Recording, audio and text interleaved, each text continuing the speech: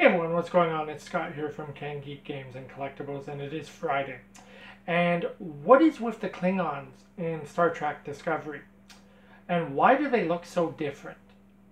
This is a question that was recently posed to new showrunner for Star Trek Discovery, Aaron Harberts, by Entertainment Weekly. And his response was very simply that over the past 50 years, the Klingons have never stayed consistent. Their appearance has always been evolving and changing.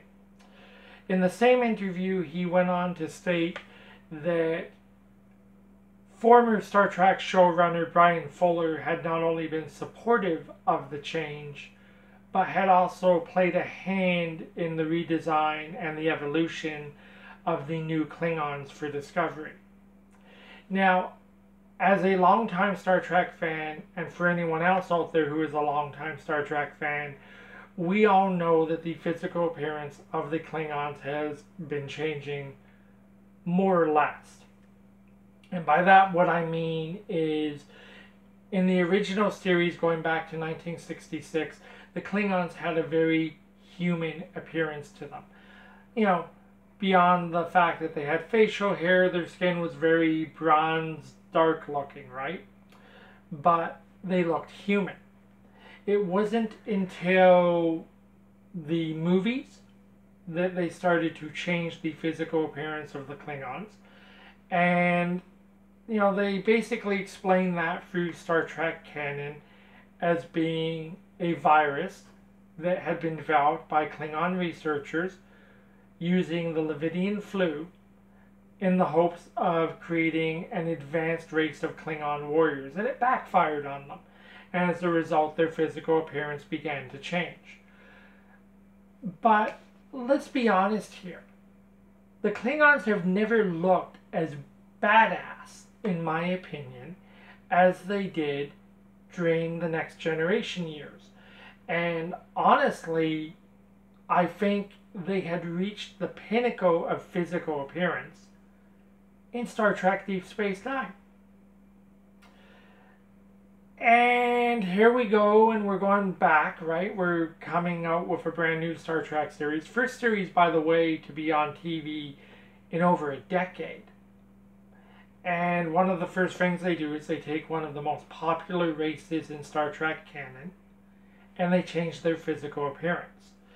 And in the same interview with Entertainment Weekly, Herberts went on to state that it was their hopes that once the show began to air and fans began to understand the new Klingon characters that were being introduced, that fans would look beyond the change in the appearance of the Klingons and begin to actually build relationships with these new characters. It'll probably happen, let's be honest about it. Hell, you know, it'll probably happen with me. But as a fan, I gotta tell you, I'm not a real big fan of the change to the way the Klingons look. They've basically said it's to do with new houses that they're going to introduce in the Klingon Empire. Well, in Deep Space Nine, in the Next Generation, the Klingons already had houses. You know, House of Duras, House of Mog, House of Martok. They all look the same. Don't know where you're going with this, Aaron, but they all look the same. Either way, just my opinion. Although, you know, it does bring me to this. Maybe answer this poll question up here for me. Do you think that the Klingons looked better in, say, Deep Space Nine, you know, Next Generation? Or are you looking forward to the physical appearance change that we're going to get in Star Trek Discovery? I mean, for me, I will still watch the series. You know, the change of the Klingons isn't going to keep me from watching the series.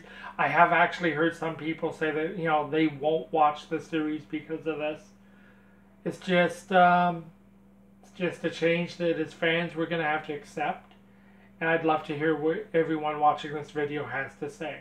So yay or nay, do you like the new appearance of the Klingons, or do you think that they should have left well enough alone? Let us know in the comments down below. One more thing very quickly.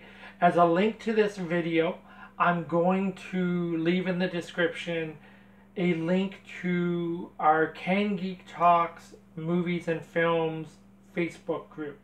This particular video comes as a result of a couple conversations that have been taking place in that group. So if you're on Facebook, we would love to have you come across, join us in that group, and share your love of TV and films with us in that group. So until then, thank you very much for watching, everybody. See you back here on CanGeek's YouTube channel real soon, and you have yourselves an amazing weekend. Ciao for now.